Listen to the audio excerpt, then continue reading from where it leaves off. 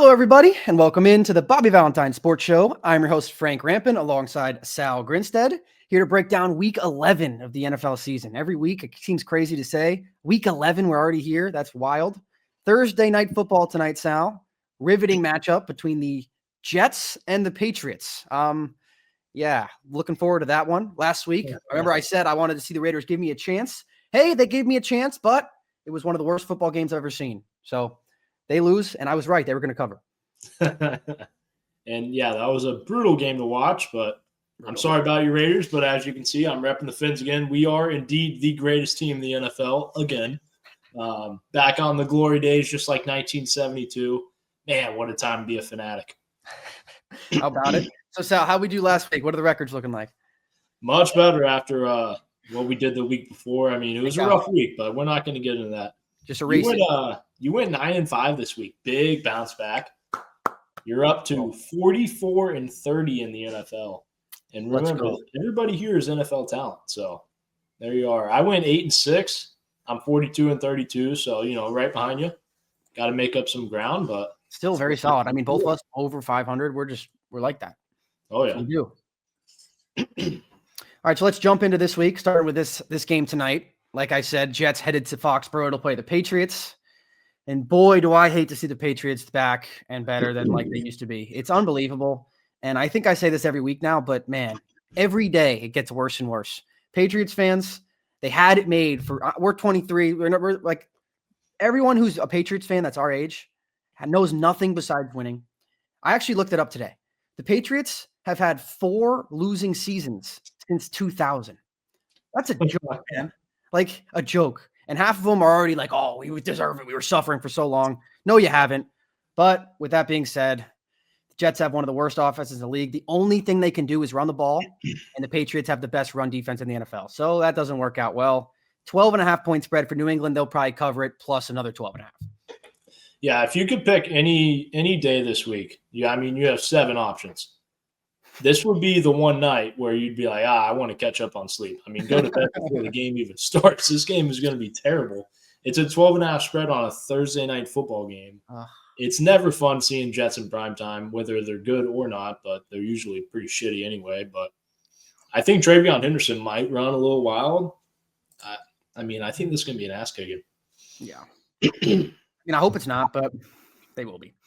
Let's go to Sunday slate. We have another 9:30 game, the last international game of the season, and the first time the NFL will ever be played in Madrid.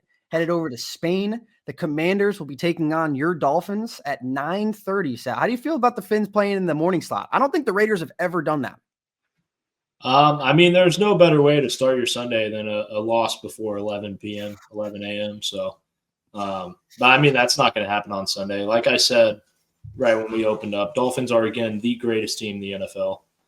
We're going to win this one. We're going to win the next 2 after that. We're going to be 6-7, sitting pretty, and then we're going to pitch right down our leg to end the year at 8-9.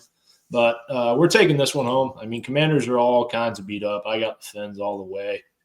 Yeah, all kinds of beat up. No Jaden Daniels, obviously. But good news with him. It seems like he might be able to come back before the season ends, which you would not have said when you saw that injury. That's crazy. I don't know if it'll matter with how they've been playing lately. No, that defense has been absolutely atrocious, and I think the Dolphins are going to be able to do it with Achane. And is it Achane or Achane? How do you say it? I say Achane, but I went to speech class for 6 years, so I wouldn't try to copy me. Yeah, I have no idea. I think him and Waddle probably going to get a couple big plays in this one, and the Fins will take this one. It's going to be interesting, though. First game in Madrid. It's going to be interesting to see the crowd.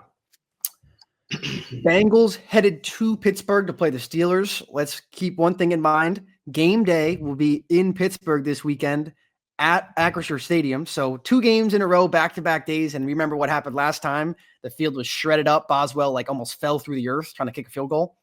So that's not good for me as he's my kicker in fantasy.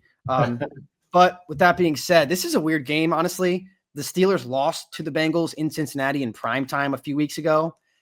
I see the Pittsburgh Steelers getting a bounce back win here, making it's going to be tight between them and the Ravens throughout the rest of the season. The Ravens are going to keep going, and the Steelers, I think, are going to string a couple together. Last week of the season could be for the AFC North. I completely agree with everything you just said there, Frank. This Steelers team with the experience and Aaron Rodgers and this defense, they're only going to get better, and they're going to continue to fight for that division until the last life.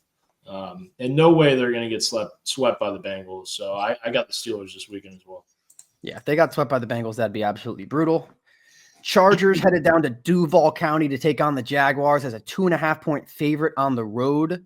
This could be a very interesting game. The Jags have been kind of lackluster since a good start. They went to London, got their asses kicked. They historical meltdown last week to the Texans. They blew a 19-point fourth quarter lead.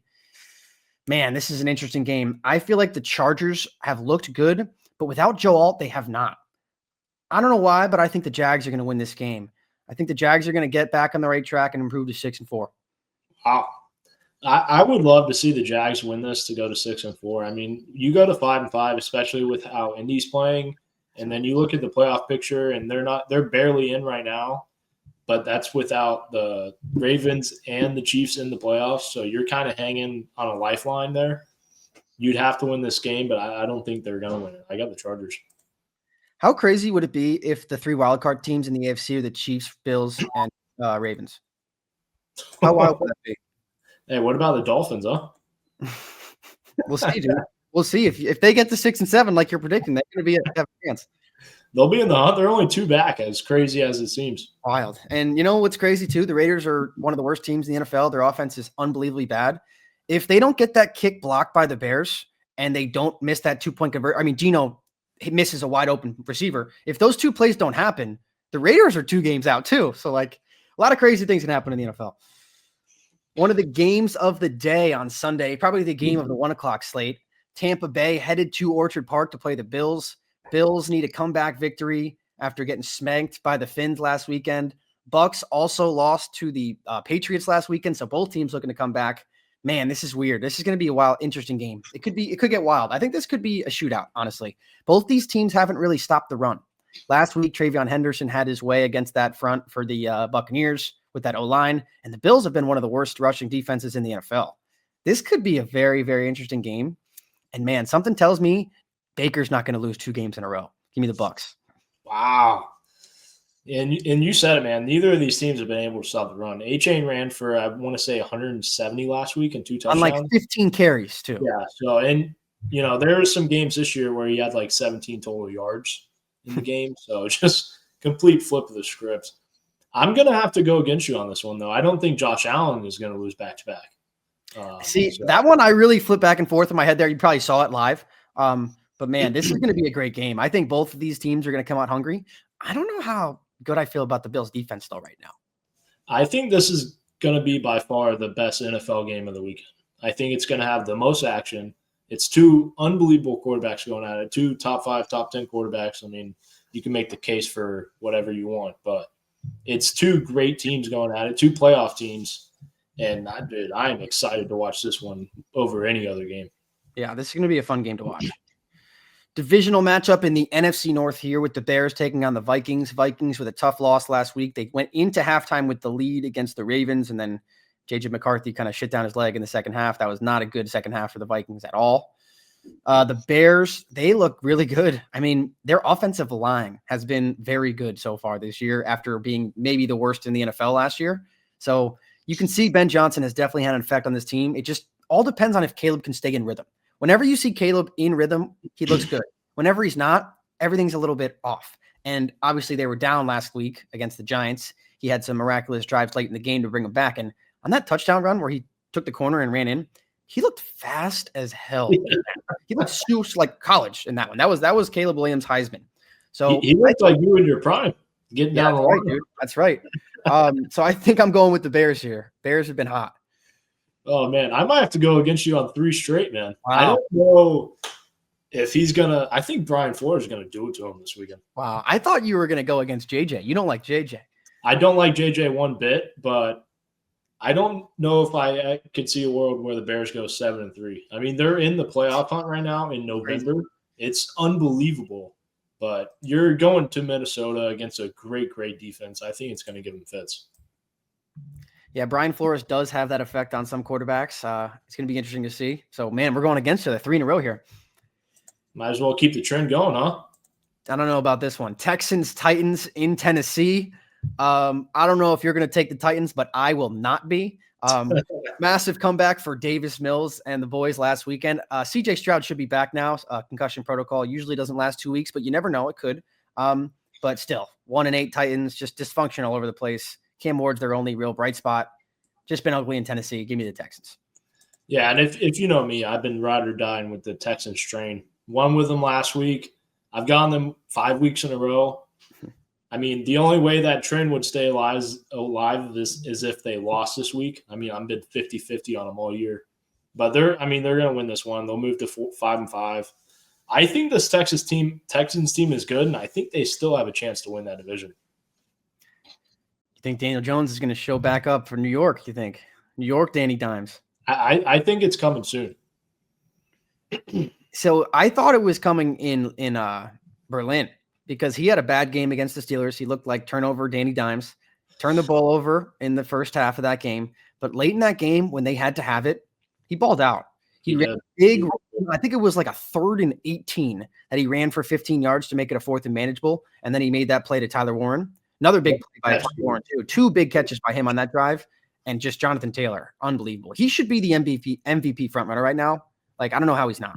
He really should. He almost has 1,200 yards right now. And it makes anybody look good behind center when your running back is running for 212. I mean, that's just absurd. He's almost at 1,200 yards right now? Mm-hmm. I believe it's 1176 or 1196. That's crazy. That is crazy. What was Saquon at this point last year? Like, how far above that was he? He has 1140 right now, 1139. So that's wild. That's wild. One game he could be at 1,300 with the way he's running. Oh yeah. So one average game for how it's been going. Panthers, Falcons in Atlanta. Falcons coming off that heartbreaking loss in Berlin where they played pretty well. Michael Penix had a very up and down day.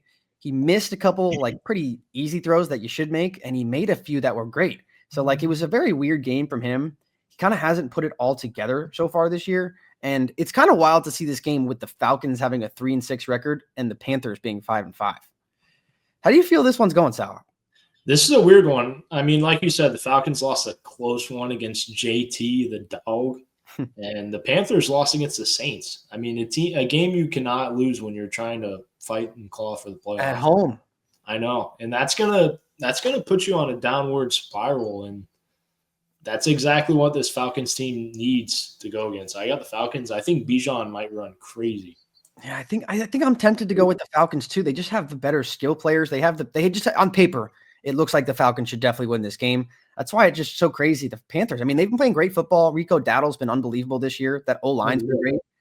But yeah, I kind of feel a letdown here after a big loss. Yeah, I agree. I mean, but it seems like Bryce Young and this Panthers team continues to show up when they're not expected to. So that's true. It'll be a fun one in store Sunday.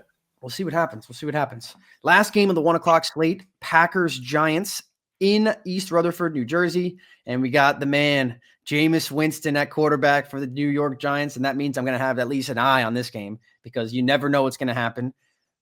Packers defense might score a touchdown. Jameis might throw for 500. Like, you never know. Like, it's going to be an interesting game at some point. I think this game could get close. Like, I feels like the Packers are never prepared to play. It seems like whenever they come out flat every week, they play down or up to their competition every week. So they're probably going to play down to this Giants team. And if you give Jameis a chance, he's going to snatch it from you. But I don't think I can take the Giants. Give me the Packers in a tight one, though. This Packers team is on a 2-game skid right now. 2 close games. They haven't looked good all year. And if anybody could end that drought and really put them into the misery is Jameis Winston. But I don't know if I could honestly go that route. As much as I would love to, the over-under is 42.5. I would put my entire life savings on the over. Maybe because Jameis is going to throw 4 touchdowns, but he could also throw 4 picks. So either way, there's going to be points scored. But I got the Packers, and I got them winning the tight one, like you said. Yeah, I think it's going to be a good game. So let's head to the 4:00 slate. This is a big divisional game in the NFC West. Seahawks headed to SoFi to play the Rams, both 7-2. This is a very, very good game. So one of the stories of the NFL this year that's been talked about so much, 13 personnel. The Rams run 13 personnel, so 1 running back, 3 tight ends, more than anyone in the league. And they're trying to get your big defense on the field. They want your big linebackers. They want your run stoppers on the field. They think you're going to run the ball. and they throw it over your head. The Rams have been doing that more than anybody. So when obviously like they want you to bring in your big guys, right? When you do 13 personnel, there's only really two options for the defense. Bring in the big guys or do nickel. But then you're running the risk of them running it down your throat and you got a small guy, an extra corner on the field, right? So the Rams run 13 the most. They've been so successful at it, going deep, getting the matchups they want on with the defense. But the Seahawks run nickel the most against 13 more than anybody. So this is going to be an interesting matchup here. What's going to give? Very, very interesting game. I think I'm going to have to go with the veteran Matt Stafford over Darnold here. And remember what happened last year with Darnold. When a good defensive line came at him with a good scheme, he was a little flustered. And that Rams defensive line, very, very good. This is going to be a really, really fun game to watch. 7-2 teams going at it. I kind of expected the Rams to be here, but I didn't expect the Seahawks to be playing this good and that offense to be firing on all cylinders. But, I mean, I agree with you. I'm going to have to go with the vet and Matt Stafford. I think when it comes down to those last 2-3 minutes, he's more trustworthy. He has more experience, and that's really what's going to win them this ballgame.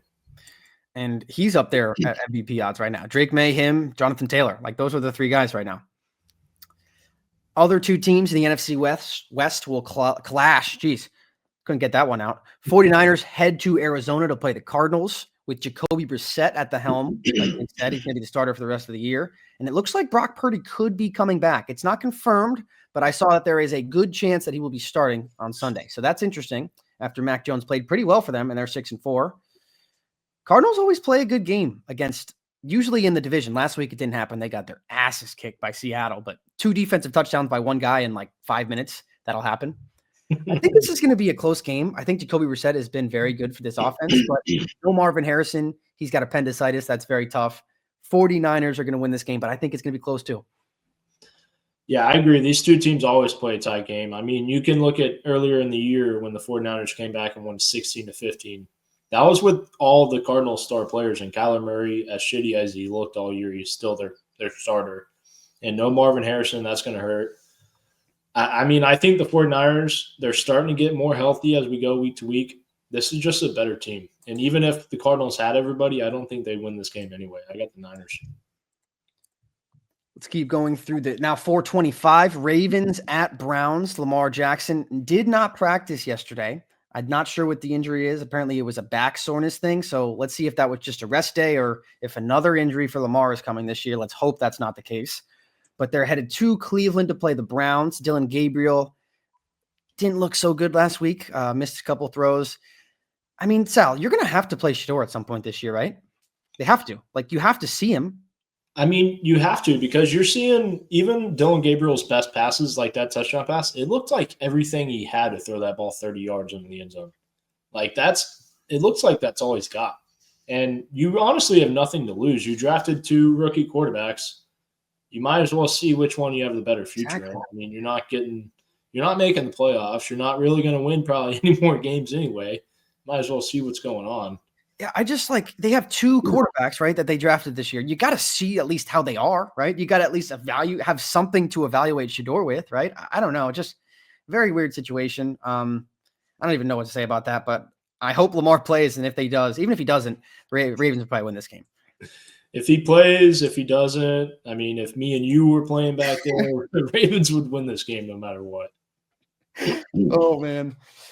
Oh, let's keep going through. Big game in the AFC West. Chiefs headed to Denver to play the Broncos. Broncos 8-2, sitting at the top of the division. The Chiefs at 5-4 need a win to get themselves into the playoff picture. Chiefs are a 3.5-point favorite on the road. Last year they played. I don't know if this game was in Denver or in Kansas City, but the game where they blocked the extra point that would have tied the game, and they won. The Chiefs won on that blocked extra point. Remember that? I can't remember where that was. I think it was at Kansas City. I think so. But yeah, man, it just everything points to the Chiefs winning this game, right? Like the Broncos have been just very, very skating by the skin of their teeth, like barely winning these games, blowing leads. I don't even know what to think about the Broncos. The defense has been very good. No Pat Surtain, the defensive player of the year from last year. The Chiefs have everybody back. They should be the guys. I don't know why, but I think the Broncos are going to have a good game on defense. Maybe a pick or 2 from Mahomes. So you got the Broncos? I think the Broncos are going to win. Yeah. Oof, I had a feeling you might lean that way, man. I could. I don't know why. I don't know why. Just because of how down. This is how I always feel about Philly. Like when everybody is shitting on you, even when you're winning. I think that's when you respond for some reason. I don't know why. I don't know if this Broncos team has that heart like the Philly team does, though. I don't know. And I like Jalen Hurts a bunch more than I like Bo Nix. I agree. But I mean, it looks like right now this is going to be the Broncos or Chargers division. But this weekend is really going to remind everybody why it's the Chiefs division. They're going to win this game, and it might be close, but don't be surprised if it's kind of an ass whooping. Yeah, I mean, I could definitely see that happening. Honestly, I really could. I was really thinking about this one in my head. Like, I didn't know what to think, but I don't know why. I really don't. Besides the fact that everybody's been super down on the Broncos this week. That's really my main thing here. So let's go into Sunday Night Football. Lions headed to Philly. We're just talking about that Eagles team. They played a sloppy game in Green Bay last Monday night, skated away with a 10-7 win. They are 2.5-point favorites in this game against the Detroit Lions, which surprises me a little bit. I guess the sports books don't hate Philly as much as everybody else who talks about them. Man, this is interesting. Dan Campbell calling plays for the Lions. Eagles not scoring that many points. This would tell you Lions, right? I don't know. Another one that seems like you should go Eagles, but I'm going with the Lions. I just love Dan Campbell so much. I can't do it. Give me the Lions. I could see either way, but it's hard to see this Lions team with all the talent they have go to 6-4. It's much more likely to see both of them at 7-3 and fighting for that one spot together. But in a crazy world, say the Bears beat the Vikings and the Lions lose to the Eagles, the Bears are winning that division. My gosh. Isn't that crazy to think about? I mean, I don't think that happens because I think both of them lose, so they'll both be tied to the division at 6-4 because I got the Eagles. Saquon is starting to get going, man, and it's going to be hard to stop him.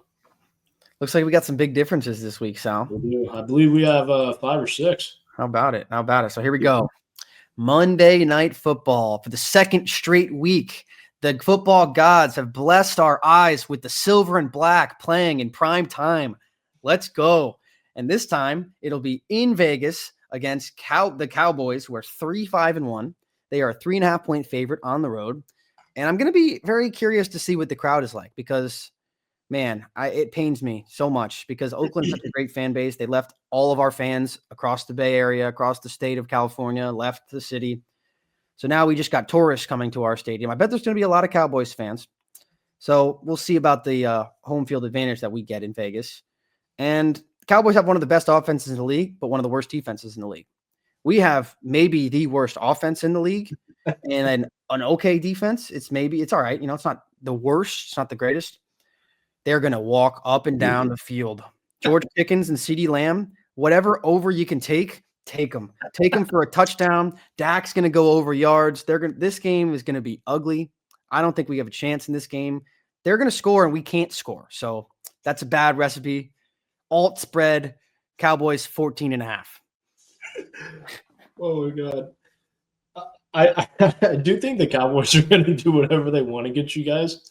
But I think Trey Tucker might have 2-3 touchdowns this game. Maybe. I mean, hope Genty has 2. I hope Genty has 2 and Brock has 2. That's what I want. I think it's going to be Trey Tucker with this weak Dallas secondary. I think he might get behind a few times and just – I mean, that's about the only thing Geno's done right this year is just throw the ball deep to Trey Tucker. And that happened for 1 week. So, I mean, we really got blessed this week with the Thursday night game and a shit fest in the Jets-Patriots, and then a Monday night game, we got the puke fest in the fucking Cowboys and Raiders. So, great weekend of football. Looking forward to Sunday, but not Thursday or Monday. Yeah, so going to close it off with us. It's going to be a great time on Monday, you know. Going to love it. Going to be oh boy. So, yep, that's going to do it for us here on the Valentine Sports Show. For Sal Grinstead, I'm Frank Rampin. Let's see how our picks do. We'll see you next week. Peace out.